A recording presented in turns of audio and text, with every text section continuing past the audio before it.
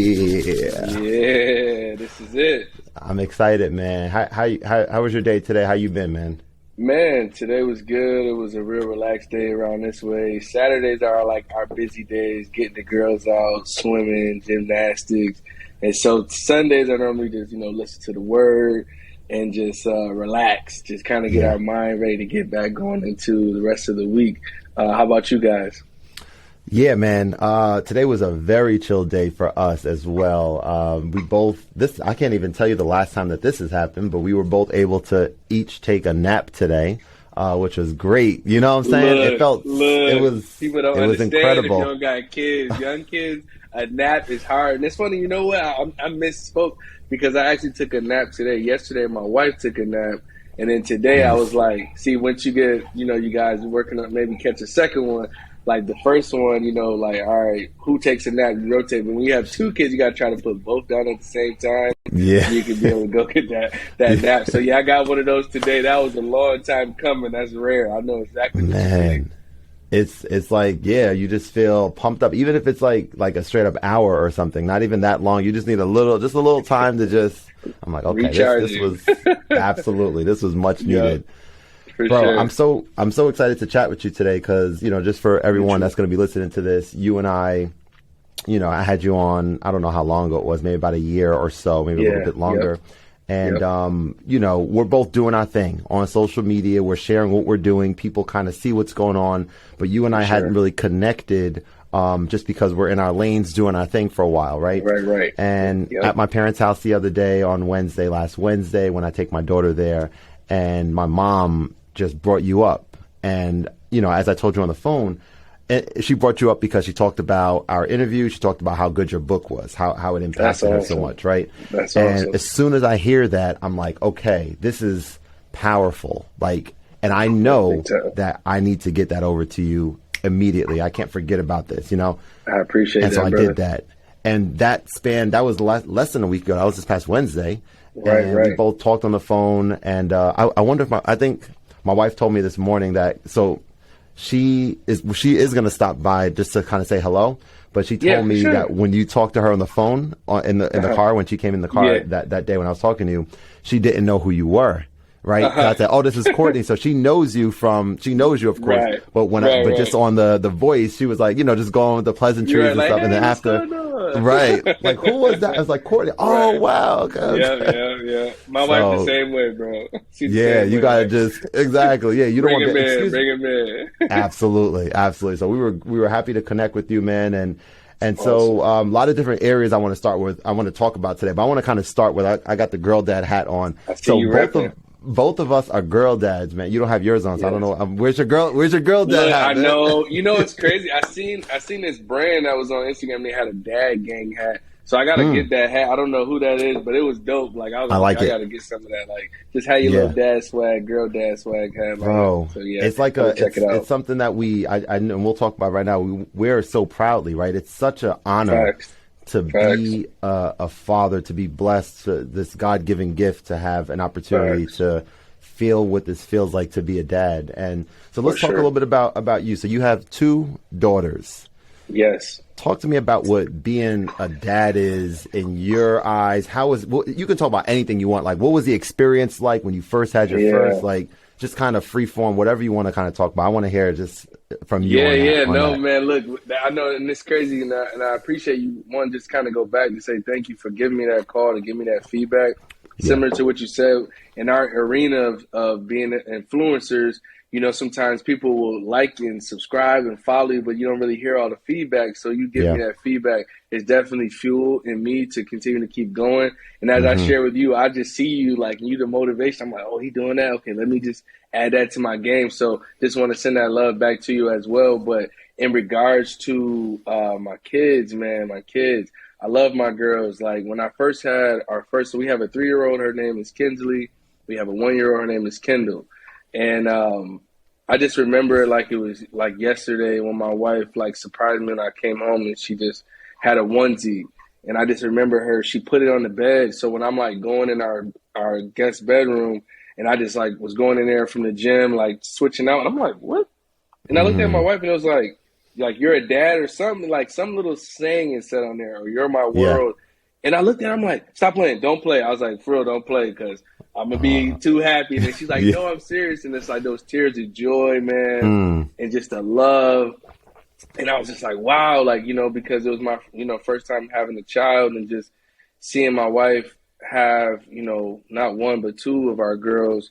For me, it was just like, it just puts two different things came to my mind. One is that it shows you how real God is, because life is like, you're seeing life come into this world. Yeah. And you can't even like understand that. Like, how is this baby coming out of here? And it's just like, wham! Like, here. That to me right there in itself is just like a masterpiece from God. And then secondly, I would say is just the adoration of my wife, just seeing her go through and have a child. Like, I'm just like, wow. Like, it just made me just even more love her even more. Like, wow, like, you're a superhero. Like, just being so proud of her, being the coach on the side. Like, come on, you got it. We almost there. Like, so for me, when I think about my girls, I really think about them getting here. And then now it's just like an everyday thing. Like, they're learning something new and being able just to be like their best friend, and create that place,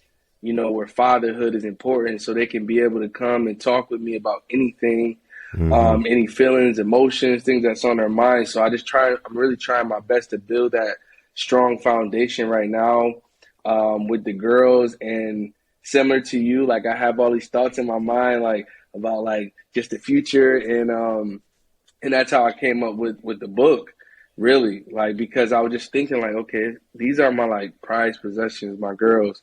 And I'm like, it just came to me, it hit me like, one day I'm not gonna be here. And sad, it's life, And so for me, I was like, okay, what can I do to set my girls up for success? And I just kept saying to myself, I was talking and praying to God. And before I knew it, God put it on my heart to say, put it in a book. Like, put it in a book. So I just started the process of coming up with different things, like what things do I want them to know about life, these different moments of life. And so once I put that together, I was like, wow, perfect. I'm ready. I'm done. And then what I realized is God, he has a sense of humor, because in my mind, I'm like, oh, I'm writing this for my girls, but it's also going to touch other daughters of the world as well. But my daughters are 2, 3, and 1. So they're not going to read this book until they're 12 years old and up. So that let me know that there's a 9 and 10 year gap of daughters in this world, father and fatherless daughters in the world, that are going to receive these blessings and wisdom before them. And that's when you know right there, when you're doing it for, that's God. Like, because you can be going into it this way, but then God will look at the big picture.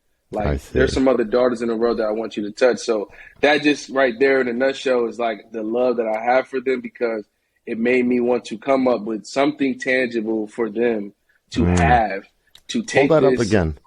Yeah, this one is a special copy. The one that people will have is gonna be a pink cover. But this one, I got these two especially for my daughter, so they both have a unique cover set up. But Raising Queens. And like I said, because of my love for them, I want to make sure I set them up for success as a parent, as a father, so that not only are they going to get the tutelage and the mentoring and guidance while I'm here, but even when I'm not here, that Dad's words are right here. Read this, receive it, and it's pointing them all back to God. So that's my love for my girls. They made me have to put it down on paper to let them know. So now I'm like my wife. I'm like, my love for her is the same. So I said, I guess I got to do a little book for her in the future, like about our love. I can't let the girls get too much, No, that's right. That's right. Yep. Bro, so that's a perfect place to start, right? So when you shared some of this with me on the phone, I was moved so much, because I think about how what motivates me is impact and legacy. Doing a good job on earth with this gift that God has given us to be here, so that when we're gone, we have something, we made it better in some way, right? Correct. For lack of a better word. And so for you to kind of have that idea, and for it to be something that's so personal with your daughters, but then the point of, you mentioned 12 years. So you say in that time span, and beyond, right? For people, for daughters, until, you know, to be able to have an opportunity to, like, that is really incredible, man. So I commend you. That's just appreciate that's that, bro. Appreciate Absolutely. that. Yeah, man. Yeah, it's definitely one of those things. Like, as I was going through the process, like I was probably like 1 or 2 chapters in, I told my wife, I'm like, yeah, like as I'm writing this, I'm like, the girls are not gonna read this till later on, and then that's when it really hit me, and just realizing, and now then changing my lens to, you know, speak to the father and fatherless daughters of the world, because as you said, it's so important for us as fathers to be in our daughters' lives, and there's a lot of girls out here that don't have fathers, but then there's stepfathers that step in at something so admirable, stepping in and being a father and being there that present, or a grandfather or uncle. So, you know, I just started thinking about all those different young girls out there, young ladies out there that are seeking that wisdom, that knowledge, that understanding from a man that's not trying to get anything from them, but hey, I'm just trying to better you. And so, yeah, just to me, I'm just excited to have it done.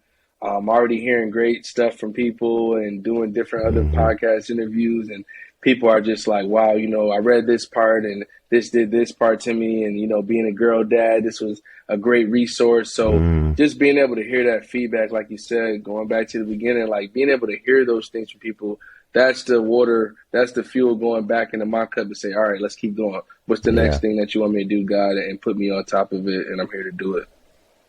Incredible, man. Incredible. Yeah. So when is the book planning to be released? Oh, it's actually live right now. So it's available out already on Amazon. Okay. So all you got to do is type in my name, you know, Kourtney Goff, Kourtney, last name Goff, Goff, and Frank. And then from that point, it'll be right there on Amazon. You'll see that. This is my 3rd book, and I have a couple other books as well, spiritual motivation books. Just that one is catered to everybody. So not necessarily a genre of just young ladies. But yeah, you can find it right on Amazon, or if you just want to be able to reach out to me and just find all of my stuff in one spot, so all my handles and things like that, you can go right to my website. So that's www.littlebrotherinspires.com. That has my apparel, the books, the youth mentoring programs, all that stuff is available on the website. So you don't have to worry about going to so many different spots. Like, make it easy for you guys. For sure. Little Brother Inspires. So we talked obviously about this on our first interview, but I want to talk a little bit more about it because that was a while ago and things have happened since then. And so tell me about kind of the climate and like what is kind of going on from the mentorship perspective, sort of on your day to day and things like that. Yes. Mentoring is truly my passion. I've been blessed to have 2 older brothers and 2 parents, household that has just really guided me and showed me so much in life. And so for me, it was just one of those things where, as being a little brother of the family, I've gotten so much experience, whether that was directly or indirectly from learning from my older brothers, whether, you know, opportunities or these were things that I can take on and add to my game going forward in life. And the same with my parents. So for me, when it was came time for me to start my youth mentoring business, it was a no-brainer, you know, to be able to do it, because I've been doing it, you know, probably since, I would say for sure, like undergrad, and then post-grad, you know, getting my MBA, like I really started diving into it a lot more and just helping out as much people as possible. And then as I realized that, you know, now this is a niche, this is a service that people are looking for. Yeah. And for me, the main thing was making it affordable. So but that's the tag with my youth mentoring, is affordable youth mentoring, and especially virtually, because I launched my business like right before COVID. So I was doing like face-to-face stuff, and then when everything left, it was like virtual, and there was people across the world. I live here in South Carolina, but, you know, originally born from Rochester, New York. But now I have connections all across the world of people who happen to go on Google and say, I'm looking for affordable youth mentoring for my son, for my daughter. And then now I become a big brother to a young lady or a young man, and helping them get to their point. So it's truly a blessing. Like, I just recently had a new client from Chicago, and just we've been going for probably about 2 months now, and just hearing the feedback that she put on like one of the reviews on my Facebook page, business page, and just saying, how much she prayed for this and how it came, and it came at the right time. So I truly enjoy doing it. It's something that's truly a passion for me. And I'm looking for new clients as well. Like as it comes to the new year, some people come, some people stay. So if anybody's looking for youth mentoring, or someone that's looking for it and it's going to be affordable, definitely go on the website. You'll see that information. But it's been great. I love being able to see, similar to what you do with your different stuff with the music and stuff with the kids and math. Yeah. Like you can get someone right here, and then over time you see them move to this point and you're like, wow, look at that. Like, look at that progression. And that's incredible. The same thing as it relates to being a father, because you see your kids at this point and you're like, okay, all right, make sure you put your shoe on this way, put your shirt on that way. And they get it, start doing it in the morning. Like before you come in the room, they're already ready. Like, oh, good job. All right. Yeah. Daddy, I did it by myself. So similar, same thing if I can give an analogy for that. So I just truly enjoy being able to touch people because I know that I'm doing it for the right reasons. And I know that I give way more than I charge because at the end of the day, that's what it's about. Someone helped me, so I want to be able to do the same thing. And being able to, put a price tag on it for me, making it affordable, goes back to the time that I'm taking away from my wife, from my kids, and just family time and my own time. So when I thought about it in my mind, like, okay, let's make it affordable so anybody can get a single parent home, but then also making sure that I get something back from it from my side as well. Because it definitely, as you know, prepping for tutoring and doing that stuff, that's not like just 5 minutes before I'm going off the top. Like, no, I'm doing research. I'm looking up the stuff that parents want me to talk with their kids, and it's all catered specifically and personalized for what the client wants. So, like, someone might come in and say, hey, I want emotional intelligence. I want, a God foundation to be built with my son or my daughter. And then they might say responsibility or discipline. So then it's from my point to come up with something curated, specialized for them, and then go from there to build it from there. So it's just really growing to a point now where word of mouth is just powerful. And I do all my mentor sessions, so it's more of a quality over quantity type of situation. So if you're truly serious about it and it's something that you want to do, I talk and I fill people out in that free discovery call. And from that point, we sit back and I say, all right, does it seem like a good fit? And then we go forward, because not everybody, some people say they want mentoring, but then once they really don't want the coaching. I want somebody that's coming in saying, like, I want to get from here to here, or I want to grow in this area. All right, let's put in the hard work. And that comes from my background of playing sports and playing Division I basketball. Like, if you say you want to get somewhere, you got to put in the work. You got to put in those extra hours and sacrifice and have discipline to keep doing it and hold yourself accountable. So I'm really big on that with my clients and keeping them accountable to the things that they're coming in for. But yeah, youth mentoring is my passion. It's definitely my passion, as you can see. I could talk about it forever.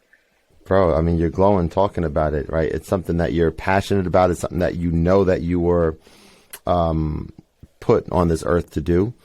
For sure. And I guess in terms of like the structure of the program, right, for people who are listening, do you meet with the individuals a specific time, like once a week, or how does that work? And is it only virtual, or do you do in person and virtual? So I do virtual, I do in person as well, but some person would have to be here in South Carolina from that regard. But as far as the different packages, so I have like a platinum package that meets weekly for an hour each week. And then I have a gold package, which is every other week, so twice a month for 1 hour. So just making it, again, flexible to that person's schedule, because you can sign up for the platinum, but then maybe you say, hey, I got to go on vacation. It's a holiday coming up. Can we do Monday, Wednesday, Friday, an hour to make up for those other weeks, because maybe the family's going on vacation. So I make it work for different clients. Like, for example, I have a 7-year-old. My older kids can talk for an hour.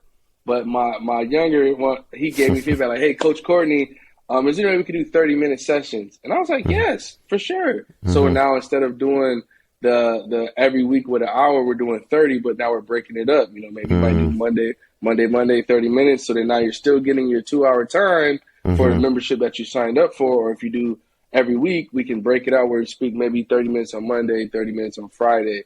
I try to balance it out where I give the student enough time to implement the things that we discussed on our call. So when we come back on that call, it's like a recap. Let's go over the homework. How'd you do with the homework that we had? You telling me that information, and then I always like to do a pulse check at the end with the client, then also with the client's parents. And that's more so with the younger kids. A lot of the, college students, I can talk with them because they're paying for it themselves. But the clients that are younger and their mother or their father is paying their hard-earned money, then I just like to do a pulse check after each one just checking in. Just want to make sure that you're enjoying it, your son or your daughter is enjoying it, and then kind of go from there. But it's just really been a great experience because, again, I'm really, truly passionate about doing this. And I think people see – I know people have told me, like, they see that I'm not going into it just like, it's a Monday, I'm tired, I'm just going into it halfway. Like, no, we're going to get it in. Like, we're going to talk, we're going to drive discussion, which is going to make you want to say, I can't wait to – okay, I'm going to make sure I do this week. So when I meet Coach Kourtney again, man, this is what I did, and these are things that happened. And then, just being able to hear the feedback from the parents and saying like, hey, their friend, I told them about you. I just want to send them over. Sure thing, send them right over. And I always give all of my clients, 10% discount if you bring someone else on. They do a discovery call and set up future memberships. Then from that point, you get, some benefits. So that works as well. And that's really like the main thing as far as connecting word of mouth. People just share their experiences with their kids, and it grows from there. Dude, word of mouth, man. It's like people love being that person that could recommend something great for their friend. They love that, right? It's like they're bringing value to someone else. I've thought about that a lot, with my business and thinking about like how powerful it is and how relatable it is that like even us as, individuals, even something like, we always like, oh, you got to watch this show. It's like if we've experienced something that we enjoy, we're trying to like be a blessing upon someone else by like being that person to recommend this, right? And so for services like this that are, that everyone is not going to be a quality individual offering the sort services that we offer, of course. I'll say quality, and I'll also just say that it just depends on the way that we connect with individuals, right? It's like everyone's different and that type of thing, which is why you have that discovery call, which I think is an awesome idea. I think back to actually, so we both worked at Verizon. So when I was still at Verizon, I should probably reach out to him. I'll call him a mentor, even though I haven't spoken to him in a while. But when I left, he also left the company. And he was a high up in the company, and he was pursuing like a professional coaching certification. And part of that required him to have a certain number of hours of professional and personal coaching with individuals. And I was at a place when I had just left, and I probably was still teaching full time and kind of like transitioning into the full time entrepreneurial state that I'm in currently. And I just remember. So he offered up like a sort of, like I can be one of his mentees, like officially, even though I, of course, already was. And I just remember we were meeting probably weekly, and it was such a amazing experience. Sitting down, talking to someone, having that accountability, being able to just have a sounding board of an individual who you trust and who you value that person's opinion. So I could 1000%. And I'm even thinking about, I didn't realize just how much similarities and synergy and stuff like that we have in terms of what we're doing in my business. Kevin's mentor and tutor services. So part of what I offer as well is mentorship, but it kind of like goes in parallel with the tutoring, right? I don't have any students or I don't have any services per se where it's like strictly, mentorship. So I want to be able to, you're in South Carolina, I'm in New Jersey, we can start the conversation here, but I want to be able to be in like closer communication with you about ways that we can just work together, smart ways that we can work together. Because you're mentioning things about affordability for what you offer, and so for me and my business, one of the things that I'm still figuring out, but I'm getting closer to, is we're priced at a price point that is not that affordable right now currently, right? And so what I'm trying to do is kind of say, all right, I need to be able to reach certain students that who are in a socio-economical situation where they can't necessarily afford what we have. And one amazing thing that came up is like we're doing all sort of one-on-one, myself with like parents and clients, like that type of relationship. But there's so much, and this I'm going to throw this out there actually your way for sure, because I didn't even know this existed, and maybe you might be aware of it. Talk to me. And others, others. All right, so I'll give you this scenario that happened the other day. I'm tutoring at Starbucks. Actually, coincidentally, my very first student who 4 years ago, she was in 6th grade. Now she's in 10th grade. And so before I even had a business, right, that was my very first like tutoring student when I was still working at Verizon at the time. And so the mom reached out because she kind of needs some more help with math.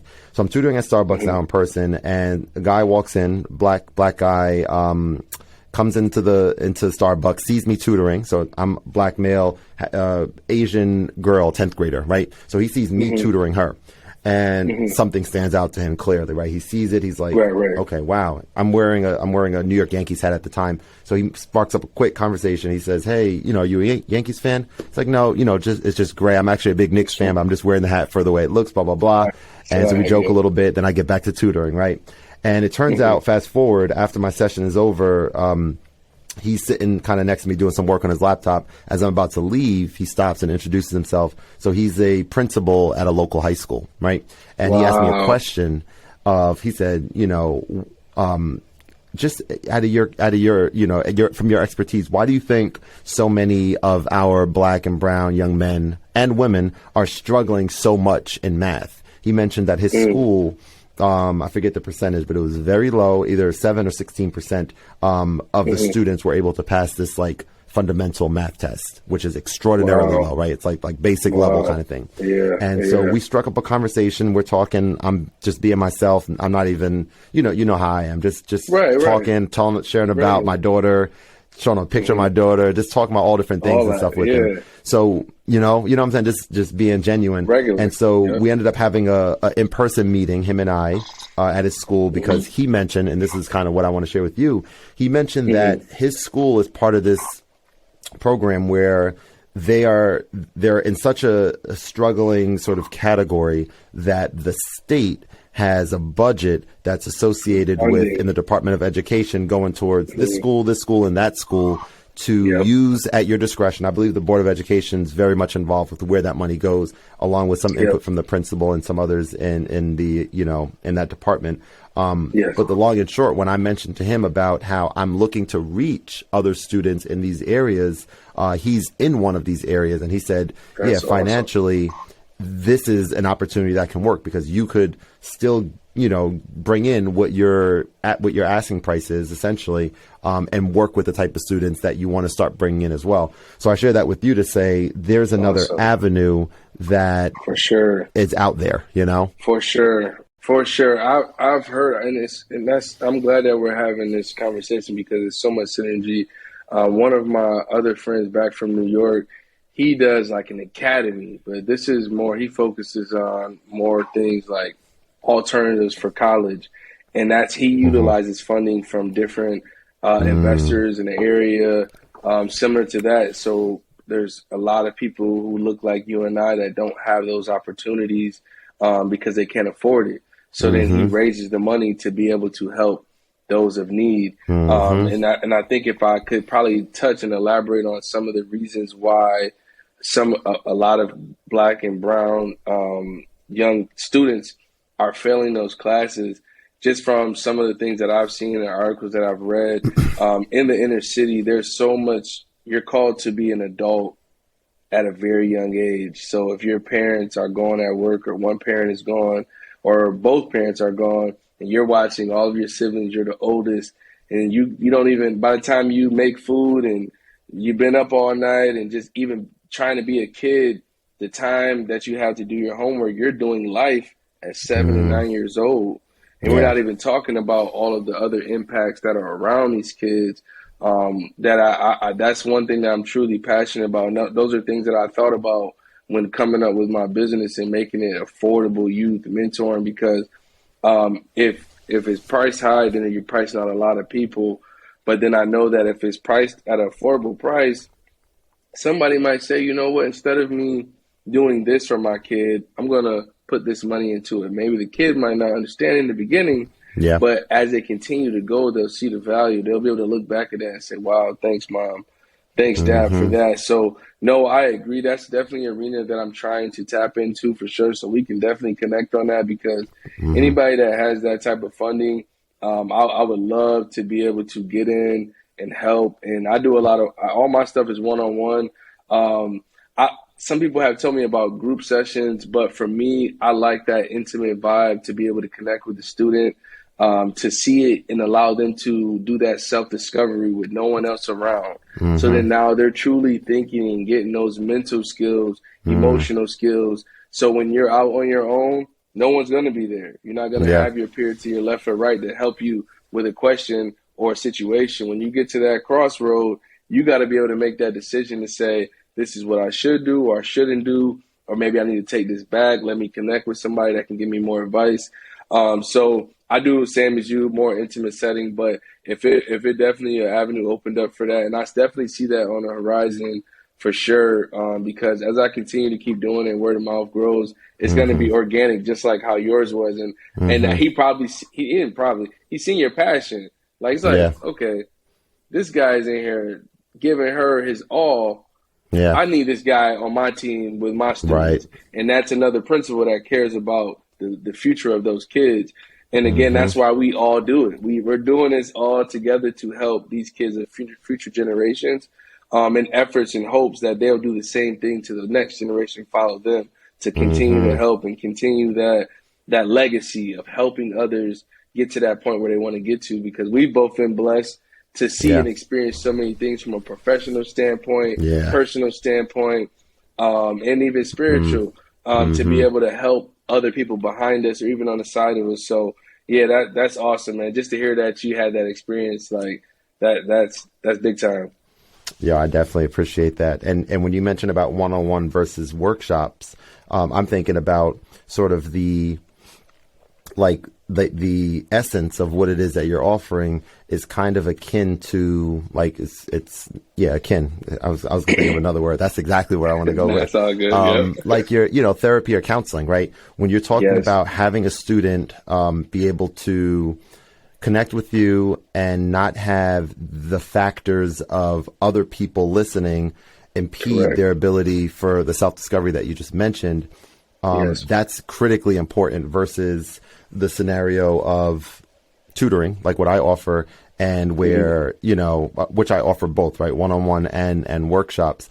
And so it's perfectly fine, right, to have a workshop of a few kids if I'm teaching math, and it works out really well. Correct. But for some kids, of course, just depends on the student. But that makes a ton of sense. Sure. I want to know from your end, though, thinking about the future, do you see, because here's my thing. I have a MBA degree, which is right back there, actually. Where is it? See, I gotta get mine on the wall. Like I'm working out my office. This is my wife's office.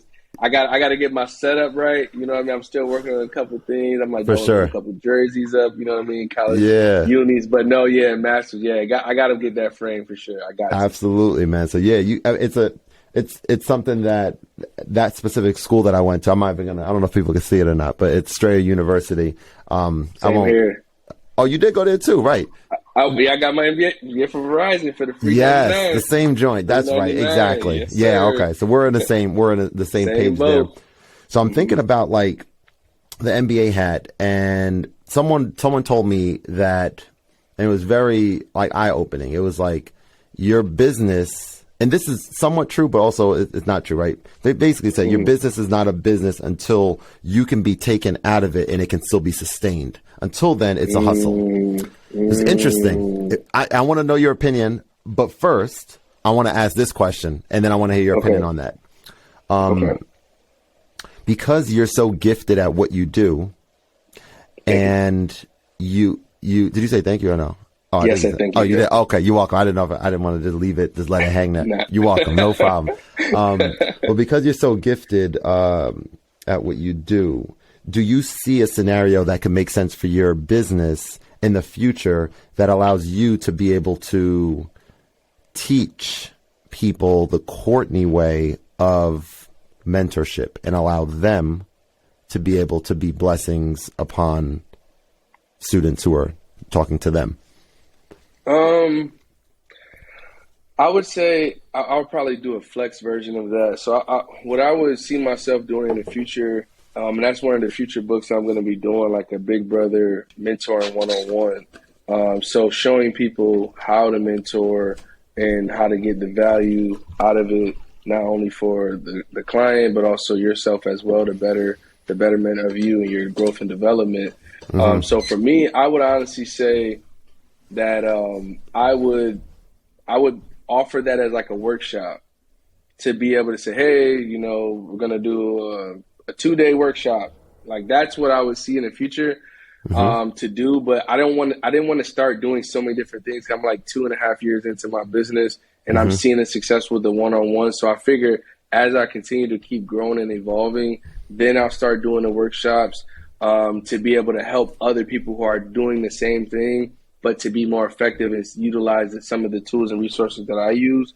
That's what I would do. But I personally wouldn't coach someone else to coach other people for me, because, again, I go back to it. That's my purpose. That's my passion. So then now I would be moving into like a place of like a CEO, or, I'm just out talking to people, but I'm not really hands-on. I like to be hands-on with what I'm doing. Yeah. And that's why I focus on the quality over quantity, because I can get a lot of people that come in, but I can say, hey, like, I have too many people right now, and I want to be able to give the right amount of time to those individuals that balances out not only that, my job, being a husband, being a father, being a leader of my family. There's all these different things going on. So for me, I want to be able to have that sweet spot. But then now going into the new year, I know how much I was able to gauge, and then from there I can be able to say, hey, I can add some more in or take some off my plate.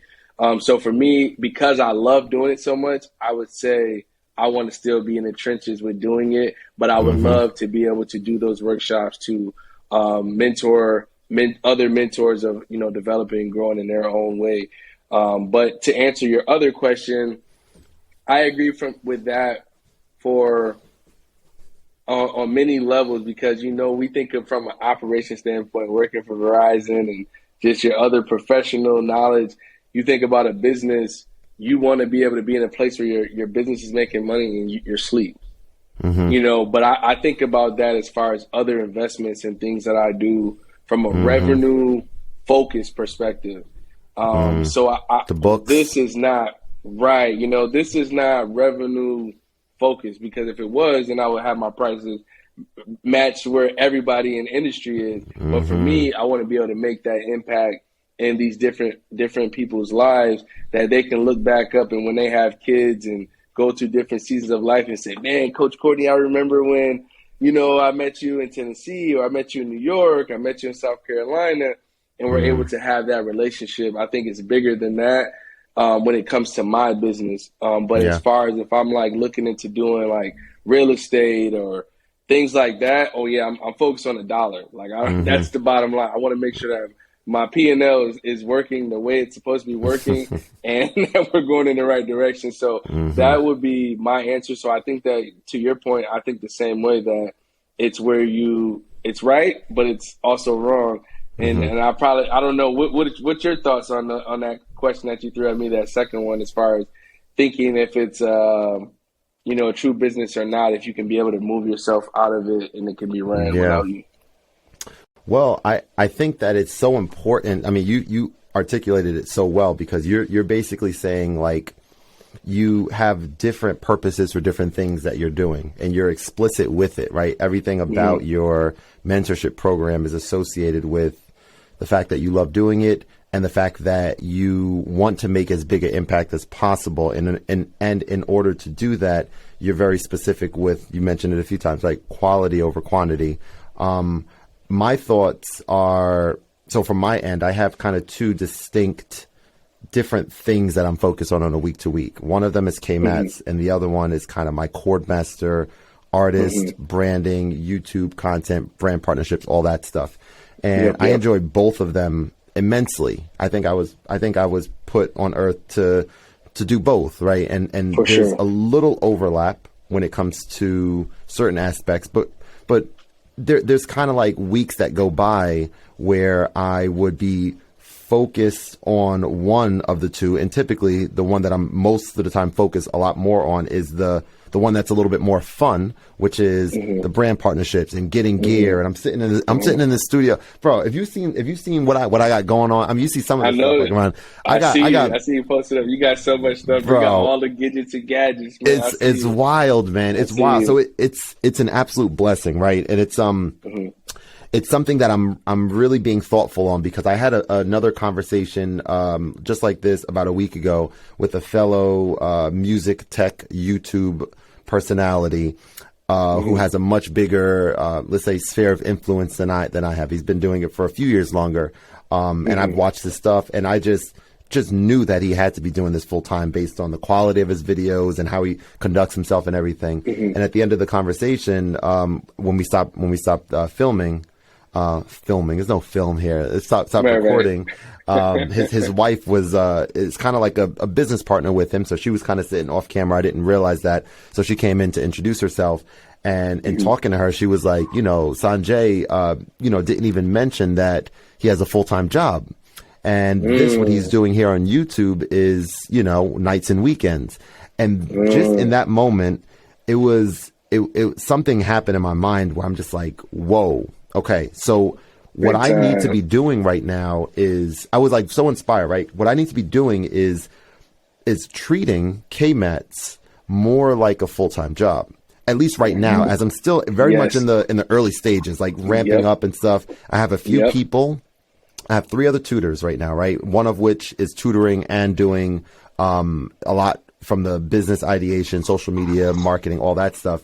And so a lot more time during the weeks, I need to be super intentional. A lot more time during the weeks need to be like dialing in and making smart business decisions on ways to get more people aware that we exist. And strategically, right? Strategically. We don't want to necessarily open the floodgates because it's quality over quantity, like you just mentioned. But I need to treat it as such so that it's just a little bit better structured. Because right now, if I don't think of it that way, what will happen, like tomorrow when I go, I have a location in downtown New Brunswick that I go to, which is absolutely incredible because it's a creative space, but it's also a place that we do our lessons at as well. And so even little things like saying to myself, like, I have access to different rooms there, right? One of them is like a video recording and eventually in-person podcast recording room. One of them is just my own sort of personal location where I do a lot of laptop-based work and that type of stuff. One of them is like a shared space where my digital piano is, and the whiteboard is for when we actually do our lessons. And do our stuff, You know what I'm saying? So my thoughts are like, okay, let me be a little bit more intentional with regards to having specific areas there associated with specific types of work. So if I'm in this office type space here from say 8 to 12 or something in the morning, like maybe all that I'm doing 4 days a week when I'm in that space in the morning time is KMATs. Like I'm not even thinking about YouTube. I'm not even thinking about content. I'm just like, let me just pour more into this. And there's pros and cons with that, right? For me, the reason I'm even as a content creator, like one of the things a lot of people talk about when it comes to making content and being meaningful about it is like, what is your niche? And don't have so many different things that you're doing, right? Kind of focus in and be great at that. And that's been and still remains to be like very difficult for me because I'm the same way. You can relate to that, right? You have your hands in. So how do you kind of process that? Because it sounds like you can relate, but you're also dialing in a very strategic way. So how are you kind of being thoughtful about that? I think that was just like a perfect background because so many times I'm just like, yeah, me too. In my head, I'm just like, yeah. And one of my good friends that I grew up with, he's like, when I was telling him before I published the book, he was like, man, when do you have time to do the books? Like, when do you have this time? Like, He's like, you're married, you got 2 kids, a 2-year-old, at that time, it was 2 and 1-year-old. And he's like, when are you doing it? And you have a job. And so similar to your guest that you had on, that you were speaking to, so I do all of my work when the kids are asleep. And when on the weekends, like, especially if they go to sleep, like, we get them going early. And once they're asleep, I spend quality time with my wife, and we talk and connect, making sure we keep that tight. You know how that is. And then from there, I'm like, okay, they're asleep. And going back to what you said about prioritizing time, I feel like that's very important. I realized a lot of my life, before I started my first book, I would just be up on YouTube, just scrolling. And 1 o'clock go past, 2 o'clock go past, 3 in the morning. All right, I got to go to sleep. Turn this stuff off. And I would do that. And then when they started, in the iPhones, they started sending out the report of how much time you utilizing on your screen. I was like, wait, I'm spending way too much time on my phone. And so from that point, I really started to be very intentional. If I'm going to be up late, I'm going to do something that's pouring back into my legacy, pouring back into my business. I'm not going to be up, and not saying I do that all the time, but that's been my mindset. That's how I was able to crank out 3 books in 3 years. Because now, instead of me staying up late and just doing whatever, I'm like, okay, let me utilize this time. Everybody's asleep. What can I tap into? Can I create some more content for YouTube? Can I create a few more reels and shorts ahead of schedule? So then now all I got to do is go on my phone. They're already prepped. I'm just pressing them and uploading them. So I just try to think of ways to get ahead, because I know time is of the essence for me, because from basically 7:30 to 5:30, that's work, and then after that, pick the kids up.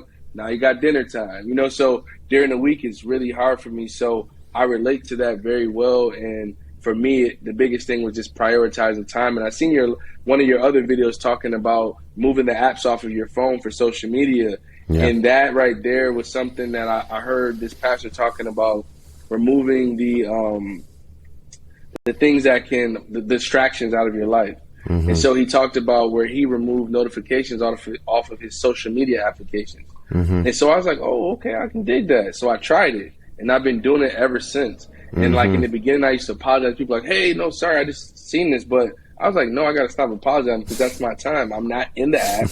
I want to go in it when I want to, not when the app tells me a notification of when to go into it.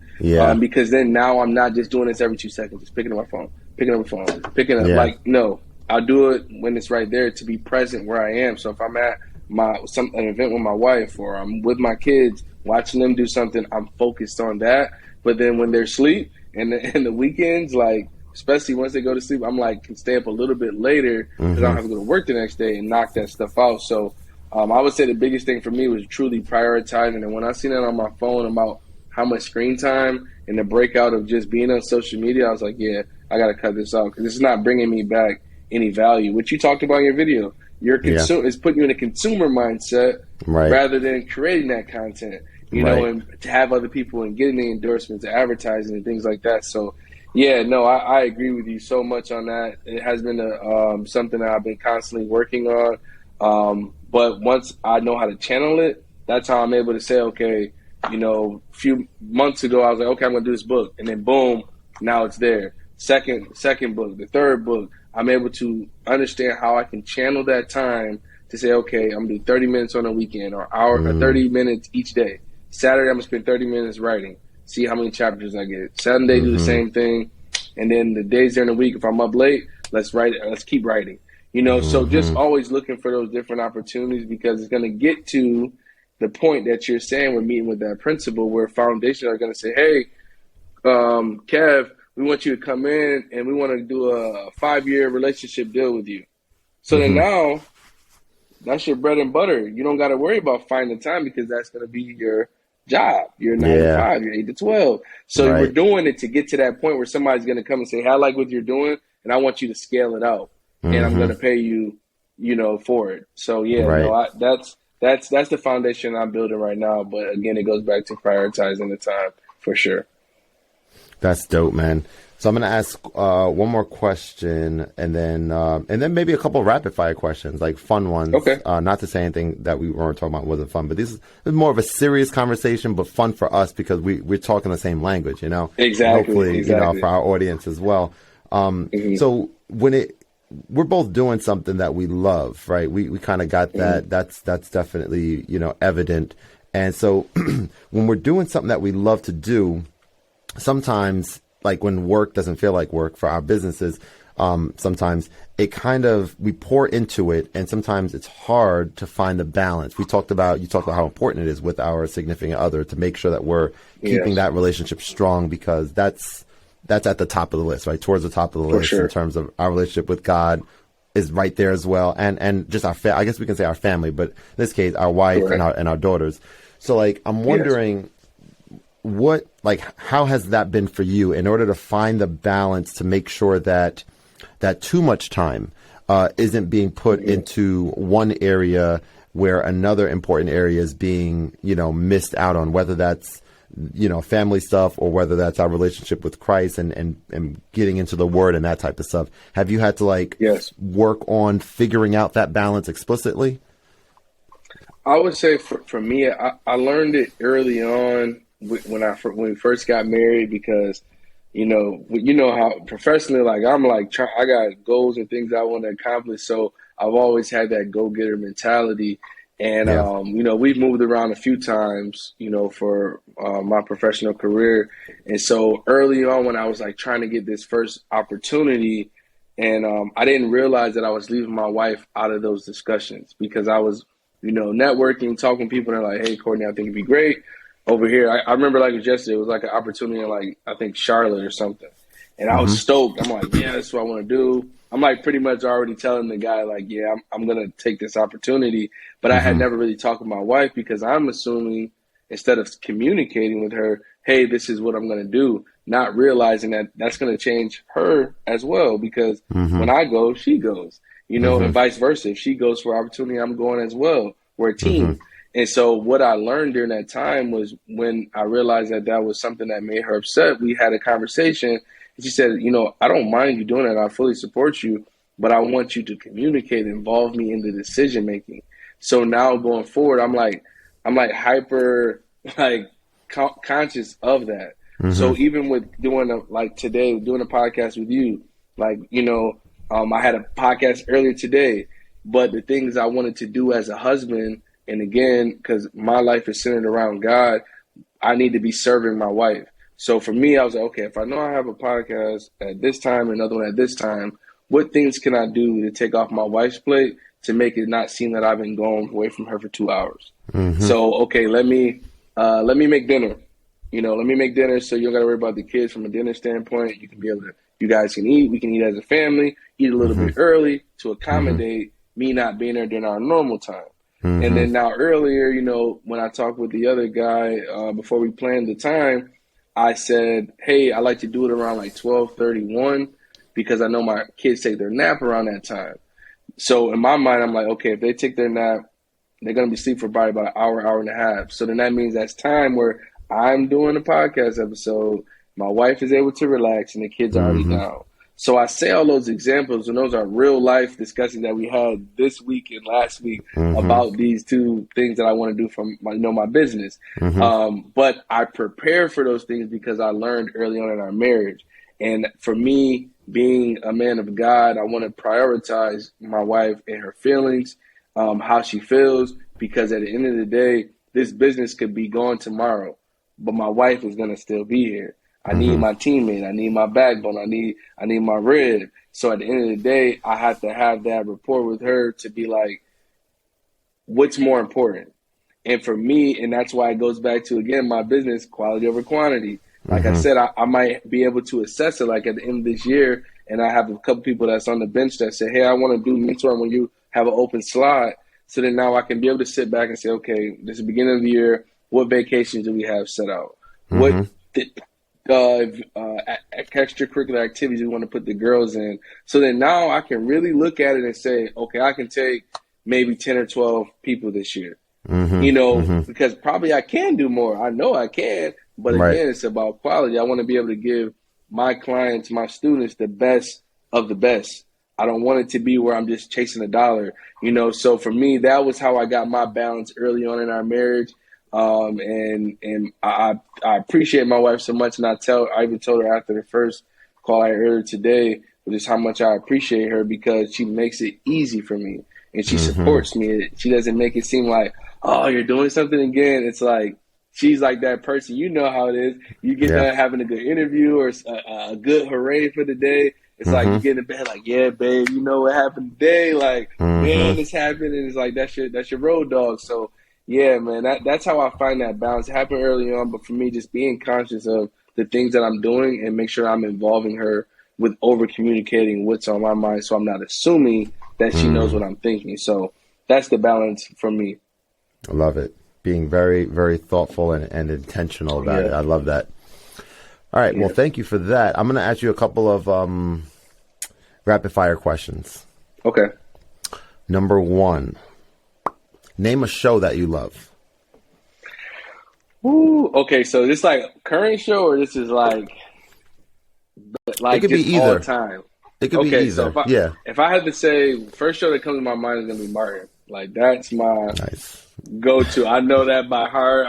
My wife gets mad when I have to say every part. Me and my brother talk about it through text on the phone and my homeboy. Yeah. So Martin would definitely be my number 1 TV show by far, hands down. Easy. Okay. Dope. Name a place that you have visited that you loved. I would say Jamaica. I love Jamaica. My wife and I it's just so calm. Like it's just like you don't have to do all the excursions. You could just chill out by the pool. Great dinner spots and just enjoy each other. Just the music, the vibe. It's just it's kind of like related to New York because you're gonna hear all the West Indies music and vibes. So yeah. For me, it would be Jamaica for sure. Awesome. We're going there. I'll be going there for the first time with my wife and a lot of her family next July. So I'll have a chance to experience that. I can't wait. And we're going to Aruba in about 2 weeks with our daughter. Ooh, so that's gonna be nice. That's gonna be dope. Yeah, my wife's parents are coming as well, which is so dope.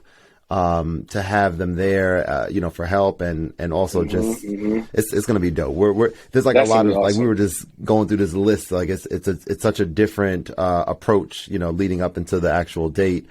Just of all these other things and my wife has been crushing it in terms of just being aware of all these things that I wasn't thinking of. Right.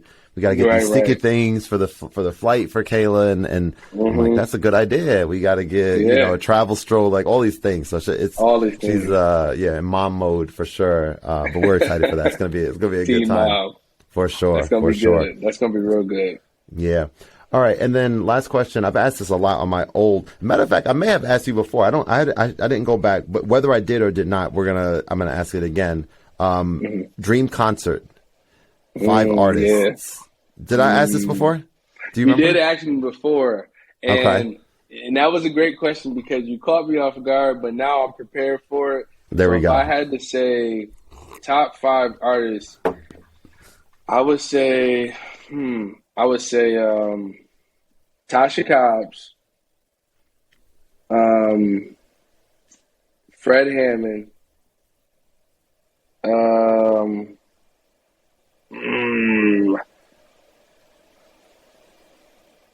Var Anthony is a gospel artist, another gospel artist, but rap music. I would say this guy named, what is his name? Okay, so I said Tasha Cobbs, Fred Hammond, Var Anthony, and then my last 2 would be KB, this artist named KB. He's super dope. If you haven't checked him out, his beats, crazy. Crazy. KB. And then the last person would be, I can't remember this. What is this guy's name? Oh, man, this is going to bother me because I got to say it because I listen to him all the time. This is crazy. I don't know it. Let's see. Where is he? Mission. His name is Mission. So that would be my 5. And so it's just a mix of gospel artists, the 2 top ones, and then after that, the last 3 are gospel rap artists. So being able, because I'm really big on what I listen to, and probably my list was completely different before, but being able to hear information or just how I'm digesting music, that makes sure that it's feeding my spirit at the same time. Because sometimes you can get to the point where, and I even talked about this on one of my latest videos, where you're listening to this music and not realizing subconsciously what it's doing to you. Because you can listen to a song at 8:30 in the morning, and by the time you're laying down at 10 o'clock at night, you're just like, oh, yeah. You're like, oh, why am I even saying that? Like, when you really listen and look at the lyrics, if these were on paper, you would not even say these things. But the words and the beat make you go to it. So being able to still get my rap music in and be able to listen to something that's feeding me back. So if I do say it later, it's something that actually is edifying to me. So, yeah, that's why I kind of switched up my people. But I think that that's a great question. So if I had those 5, that would be a great show for sure. Awesome, man. Well, bro, really appreciate you taking the time out. This was a dope conversation. I'm excited. I think you're, maybe one other person I think I had on twice. But it's dope that we have 2 conversations now. We're in completely different places in our lives, and I'm excited, for the opportunity to do this again at some point in the future to kind of see the growth. We got like a full series there where we see us like boom, boom, boom. Like that's gonna be really good, man. For sure, man. Look, it was a pleasure being on. I appreciate you reaching out and giving me that feedback, and then there stemming the organic way for us to come back. I know that you said you're going to be looking to do face-to-face stuff. I would love to come when you get that going and doing the face-to-face, come there and kick it off for you and set it off with a bang and do something face-to-face, because I think that would take it to a whole nother level. We'd probably be in there all night, all day just talking, man. But I appreciate you, man.